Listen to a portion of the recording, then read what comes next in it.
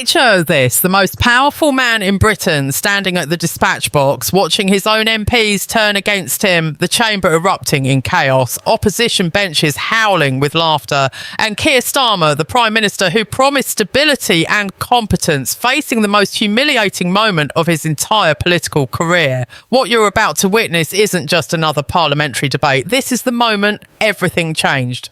The moment the mask slipped. The moment Britain realised they might have made a catastrophic mistake. And trust me, you need to see this to believe it. It started like any other Prime Minister's questions. Keir Starmer walked into the House of Commons with that familiar, serious expression. That carefully practised look of competence and control. He'd prepared his lines, rehearsed his responses and expected another routine Wednesday afternoon in Parliament. But what was about to unfold would shake Westminster to its core and leave political commentators speechless for days. The opposition benches were packed. The Conservative Party, still reeling from their election defeat, sensed blood in the water. They'd been waiting for this moment, preparing for weeks. And now their opportunity had arrived. Rishi Sunak stood up to ask his first question, and you could feel the tension crackling through the chamber like electricity before a storm. The question came fast and brutal. Sunak asked about the economy, about the promises Labour had made during the campaign, about the pledges that were already crumbling just months into this new government. But it wasn't just what he asked, it was how he asked it. Every word was calculated, every pause deliberate, every inflection designed to expose the widening gap between what Starmer had promised and what he was actually delivering. The Prime Minister rose to respond, and that's when you could see the first cracks appearing. His usual confidence seemed slightly shaken. His voice, normally so measured and controlled, had a slight edge to it. He began his answer with the standard political deflection, trying to pivot away from the question, trying to blame the previous government, trying to buy himself time to think. But the chamber wasn't having it. The Conservative benches erupted with jeers and shouts. Even some of the Labour backbenchers looked uncomfortable, shifting in their seats, avoiding eye contact with their leader. Starmer pushed forward with his answer, raising his voice to be heard over the growing noise, but his words were getting lost in the chaos. He talked about tough decisions and difficult inheritances, about long-term plans and necessary changes, all the standard political language that usually provides cover. Except this time it wasn't working. This time the House could smell weakness, and in Westminster, weakness is like blood in shark-infested waters. Then came the follow-up question, and this is where things went from bad to catastrophic. Sunak produced a document, waving it in the air for everyone to see. It was the Labour campaign leaflet from just 6 months ago, filled with promises that now looked almost comically unrealistic. Promise after promise, pledge after pledge. Each one now either broken, delayed or mysteriously forgotten. The former Prime Minister read them out one by one, and with each promise, the laughter from the opposition benches grew louder. It was brutal, it was calculated, and it was devastatingly effective. Starmer's face began to flush red, that telltale sign that he was losing control of the situation. His team of advisors sitting in the officials' box looked horrified, frantically scribbling notes, trying to figure out how to rescue their boss from this disaster.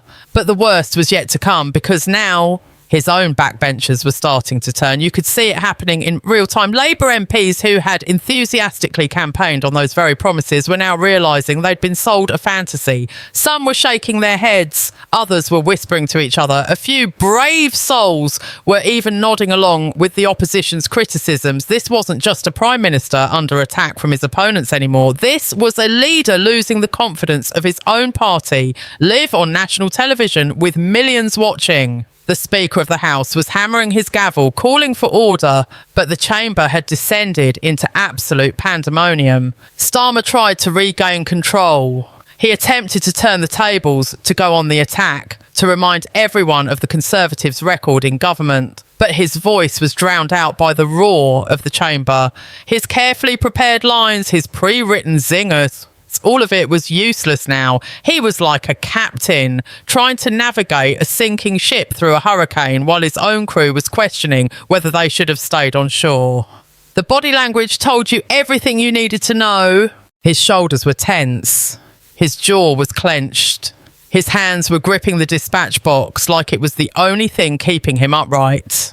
This was a man who had lost control of the narrative, lost control of the room, and was rapidly losing control of his own political future. The questions kept coming wave after wave, each one more damaging than the last. The SNP leader stood up to attack him from one angle. The Liberal Democrat leader attacked from another. Even some of the smaller parties, usually quiet during these exchanges, sensed their moment and piled on. Starmer was being hit from all sides, and there was nowhere to hide. Every answer he gave was met with howls of derision.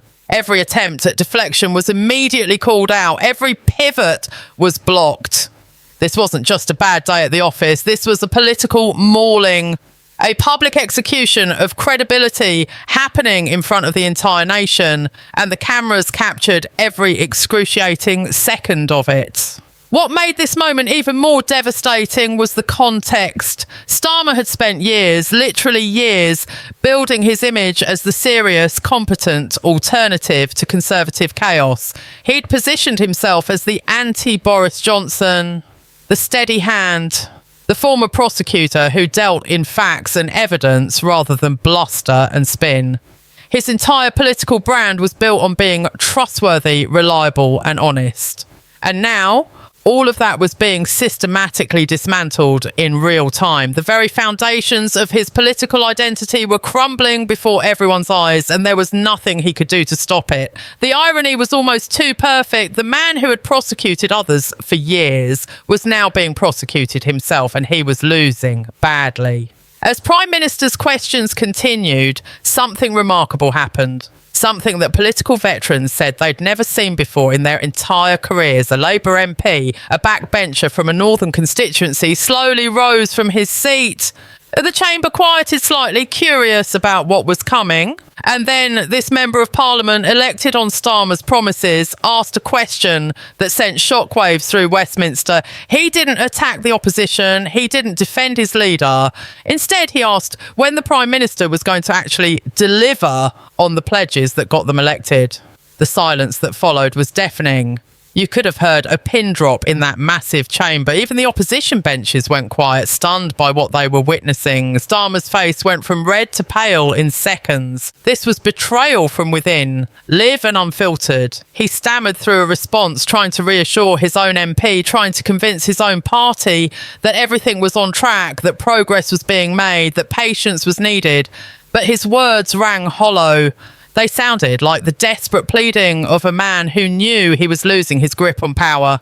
And then another Labour MP stood up. And another.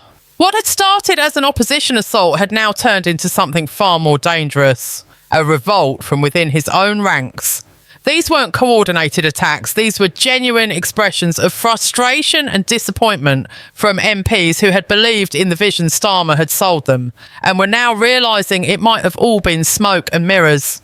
The Conservative benches were in absolute ecstasy. They couldn't believe their luck. Not only were they landing blow after blow on the Prime Minister, but now his own side was doing their work for them. Sunak sat there with barely concealed glee, watching his opponent implode from both external pressure and internal rebellion. This was the kind of political theatre that careers are built on and destroyed by. Former ministers were nudging each other, pointing out the most damaging moments, already planning how they'd use this footage in attack ads for years to come. The mood on the opposition benches had shifted from aggressive to almost celebratory. We're watching a Prime Minister's authority collapse in real time, and they were savouring every moment of it. But it wasn't just MPs turning on Starmer. The political journalists in the press gallery were frantically typing away, their fingers flying across keyboards as they tried to capture the historic nature of what was unfolding. Phones were buzzing constantly as editors demanded updates, as news organisations scrambled to get their political teams on air, as social media exploded with clips and commentary. Within minutes, hashtags were trending. Within an hour, this would be the lead story on every news channel. This wasn't just a bad PMQ session. This was a defining moment that would shape the narrative of this government for months or potentially years to come. The damage being done was not just immediate, but lasting. Not just political, but personal. Starmer tried everything to regain control. He attempted humour, but his jokes fell flat. He tried anger, but it came across as defensive rather than strong. He attempted to appear statesmanlike, but he just looked desperate. Nothing was working. Every tool in the political playbook was failing him. His team of spin doctors and communications experts, usually so skilled at managing the message and controlling the narrative, were powerless. There's no spinning your way out of a moment like this. There's no press release that can undo the damage of watching a prime minister lose the room so completely and so publicly. This was raw, unfiltered political reality, and it was brutal. The questions kept coming for what felt like an eternity. Each new questioner seemed to bring a fresh angle of attack, a new vulnerability to expose, another broken promise to highlight. The Education Secretary's pledges, the Health Secretary's commitments, the Home Secretary's guarantees, all of them were being thrown back at the Prime Minister like grenades. And he had no defence. He couldn't deny what he'd said because it was all on record. He couldn't blame the opposition because these were his own promises. He couldn't even effectively blame his cabinet because he was the leader, the one who had signed off on everything. He was completely exposed, completely vulnerable, and the opposition was showing no mercy whatsoever. Then came perhaps the most damaging moment of all. A veteran Conservative MP, respected across the House for his fairness and reasonableness, stood up to speak. This wasn't a partisan attack dog. This was a serious politician known for measured criticism. And when he rose, even the rowdiest members of the chamber quieted down to listen. He spoke slowly and deliberately, expressing his deep disappointment that the high hopes people had for this new government were already being dashed. He talked about voters in his constituency who had switched to Labour for the first time in their lives, believing the promises, trusting the pledges. And he asked simply, how does the Prime Minister justify betraying that trust so quickly? It was devastating precisely because it wasn't shouted or aggressive. It was sad, disappointed and completely sincere. Starmer had no good answer. He tried to push back, tried to argue that the criticism was unfair, that progress takes time, that governing is different from campaigning. But these explanations, which might have worked in a different context, sounded like excuses in this moment. They sounded like a politician trying to wriggle out of accountability rather than a leader taking responsibility. The contrast between the composed prosecutor he'd been as opposition leader and the floundering Prime Minister he appeared to be now was stark and undeniable. People watching at home could see it. MPs in the chamber could see it. And most importantly, his own party could see it. The Emperor's new clothes were being revealed as nothing more than empty rhetoric and broken promises. As the session dragged on, you could see the energy draining from Starmer.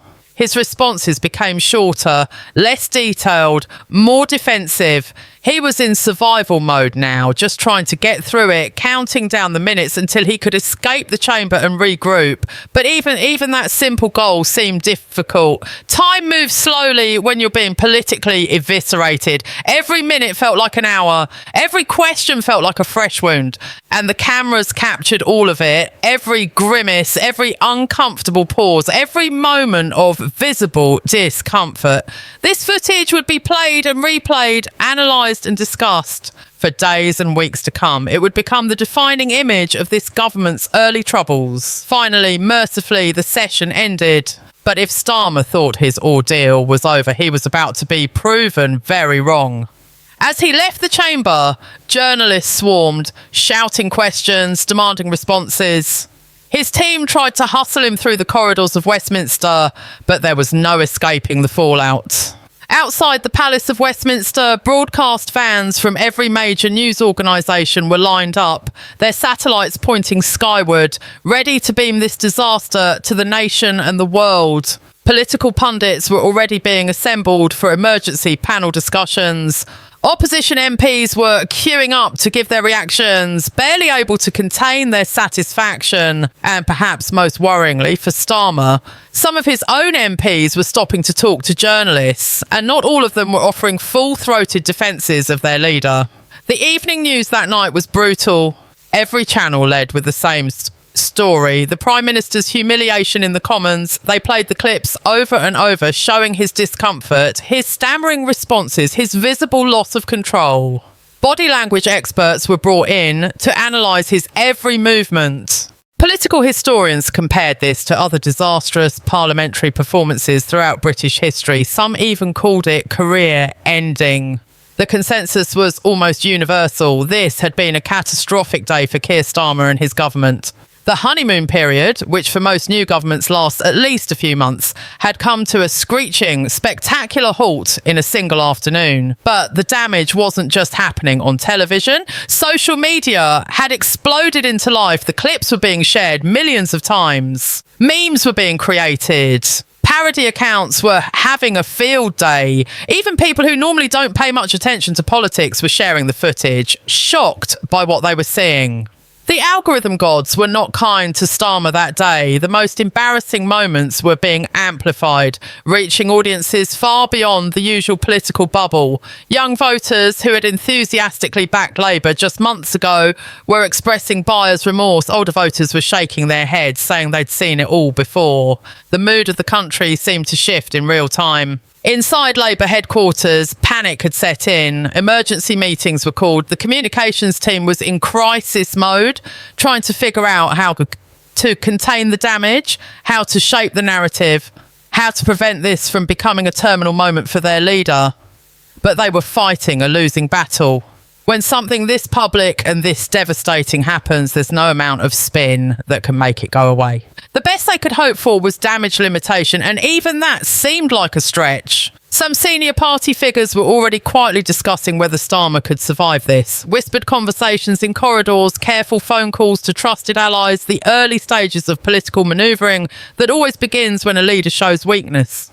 The opposition, meanwhile, was celebrating. Conservative headquarters was jubilant. They'd landed a blow far bigger than they dared to hope for. Campaign operatives were already cutting the footage into attack ads. Social media teams were pushing content about broken Labour promises. The entire Conservative ecosystem was mobilised to exploit this moment for everything it was worth. And it wasn't just the Conservatives. The SNP saw an opportunity to drive a wedge between Labour and Scottish voters. The Liberal Democrats sensed a chance to position themselves as the real alternative for disillusioned progressive voters. Every opposition party was circling like vultures, ready to pick over the carcass of Starmer's credibility. The next morning's newspapers were even worse than the broadcast coverage. The front pages were devastating. Conservative-leaning papers went for the jugular with headlines about chaos and incompetence. But even the traditionally Labour-supporting papers couldn't hide their disappointment. Some ran pieces questioning whether Starmer was up to the job. Others published op-eds from Labour supporters expressing their deep concern. The editorial pages were filled with analysis pieces dissecting what had gone wrong and what it meant for the government's future.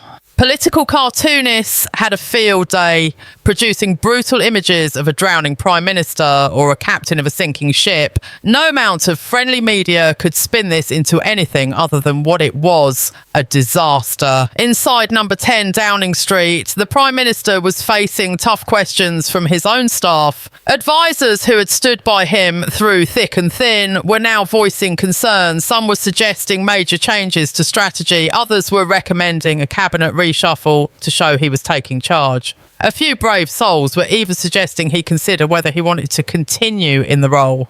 These were conversations that no prime minister wants to have, especially not just months into their tenure. But when you've been humiliated as publicly and as thoroughly as Starmer had been, every option has to be on the table. The walls that had seemed so solid just days before now felt like they were closing in. Polling companies immediately went into the field to measure the impact. Within days, the results would start trickling in, and they would confirm everyone's worst fears. Labour's lead had evaporated almost overnight. The Conservatives had pulled level or even ahead in some surveys. Starmer's personal approval ratings had plummeted. Most worryingly, trust in his leadership had taken a massive hit. The numbers don't lie, and they were telling a story of a Prime Minister who had lost the confidence of the British public in record time. Focus groups were even more brutal. Ordinary voters used words like disappointing, weak and untrustworthy. The damage was deep and it was spreading fast. Labour MPs in marginal constituencies were starting to panic. They'd won their seats by small margins, riding on Starmer's promises and Labour's national momentum.